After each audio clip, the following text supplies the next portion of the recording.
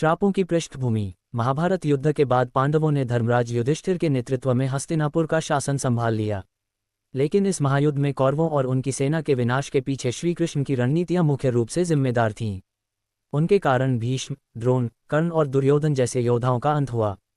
इस युद्ध के परिणामस्वरूप कई लोगों को श्रीकृष्ण से आक्रोश था और उन्होंने विभिन्न श्राप दिए, जिनका प्रभाव आगे चलकर यादव वंश के विनाश का कारण बना। 1. गांधारी का श्राप। गांधारी, जो अपने 100 पुत्रों की मृत्यु से अत्यंत दुखी थीं, जब युद्ध के बाद श्रीकृष्ण से मिली तो उन्होंने अपने क्रोध और शोक में उन्हें श्राप दे दिया। गांधारी का विलाप और क्रोध। जब युद्ध समाप्त हुआ तो गांधारी कौरवों की लाशों के बीच पहुंची। उन्होंने देखा कि उनके पुत्रों का संहार हो चुका है। वह अत्यधिक पीड़ा में थीं। श्रीकृष्ण ने उनके पास आकर उन्हें सांत्वना दी, लेकिन गांधारी को लगा कि श्रीकृष्ण यदि चाहते तो ये युद्ध रोक सकते थे।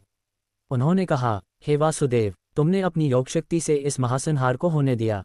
यदि तुम चाहते तो इसे रोक सकते थे, लेकिन तुमने ऐसा नहीं किया। मेरे पुत्र मारे गए, मेरा वंश समाप्त हो गया।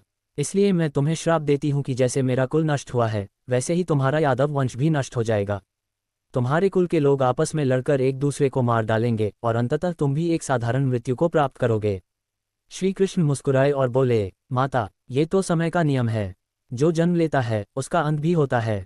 आपके श्राप का फल समय आने पर अवश्य फलीभूत होगा। गांधारी के इस श्राप ने यादवों के नाश की भविष्यवाणी कर दी थी। 2. ऋषियों का श्राप। युद्ध के बाद कुछ वर्षों तक यादव वंश अत्यधिक वैभवशाली और समृद्ध हो गया, लेकिन इसी के साथ यादवों में अहंकार भी बढ़ने लगा। एक दिन श्रीकृष्ण के पुत्र और कुछ यादव कुमारों ने एक खेल खेला जो उनके विनाश का कारण बना। मुनियों का अपमान। यादव कुमारों ने महर्षि विश्वामित्र, कण्व और नारद का अपमान करने के लिए एक छल किया। उन्होंने सांब नामक यादवों की अधार्मिकता और श्राप का प्रभाव। महाभारत युद्ध के बाद यदुवंश का वैभव और शक्ति शिखर पर थी। द्वारका सोने चांदी से जड़ित एक अद्भुत नगरी बन चुकी थी और श्रीकृष्ण के नेतृत्व में यादवों ने संपूर्ण आर्यावर्त में अपनी प्रतिष्ठा स्थापित कर ली थी। किंतु वैभव और शक्ति के साथ अहंकार, विलासिता और अधार्मिकता भी बढ़ने लगी थी।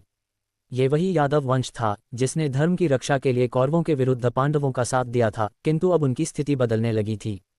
1. यदुवंशियों का विलासिता और अहंकार में लिप्त होना। महाभारत युद्ध के पश्चात यदुवंश अत्यधिक समृद्ध हो गया। द्वारका में उत्सव, नृत्य, संगीत और भोग विलास की प्रधानता बढ़ गई।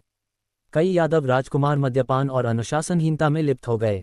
वे धर्म और सत्य से विमुख होकर अपने बल का दुरुपयोग करने लगे। उनके बीच आंतरिक प्रतिद्वंद्विता और अहंकार बढ़ने लगा। यदुवंशी राजकुमारों को अपनी शक्ति पर इतना घमंड हो गया कि वे किसी को भी अपमानित करने से नहीं हिचकते थे। वे बड़े बड़े ऋषियों, मुनियों और ब्राह्मणों का अनादर करने लगे। इस व्यवहार के कारण उनके पुण्य समाप्त होने लगे और अधर्म का प्रभाव बढ़ने लगा। 2. यदुवंशियों द्वारा ऋषियों का उपहास और श्राप। अहंकार में चूर यादव राजकुमारों ने एक दिन महर्षि विश्वामित्र, कण्व और नारद जैसे तपस्वियों का अपमान करने की ठानी। उन्होंने एक योजना बनाई और सांब नामक राजकुमार को गर्भवती स्त्री का रूप धारण करवा दिया। फिर वे सभी ऋषियों के पास गए और उपहासपूर्ण स्वर में बोले, मुनिव, ये स्त्री गर्भवती है और शीघ्र ही संतान को जन्म देने वाली है। कृपया बताइए कि यह संतान पुत्र होगा या पुत्री। ऋषि मुनियों ने अपने दिव्य दृष्टि से इस छल को देख लिया और क्रोधित होकर बोले, हे मूर्खों, तुमने धर्म और सत्य का मार्ग छोड़ दिया है। ये स्त्री, जिसे तुमने उपहास के लिए सजाया है, एक लोहे के मुसल को जन्म देगी और यही मुसल तुम्हारे वंश का नाश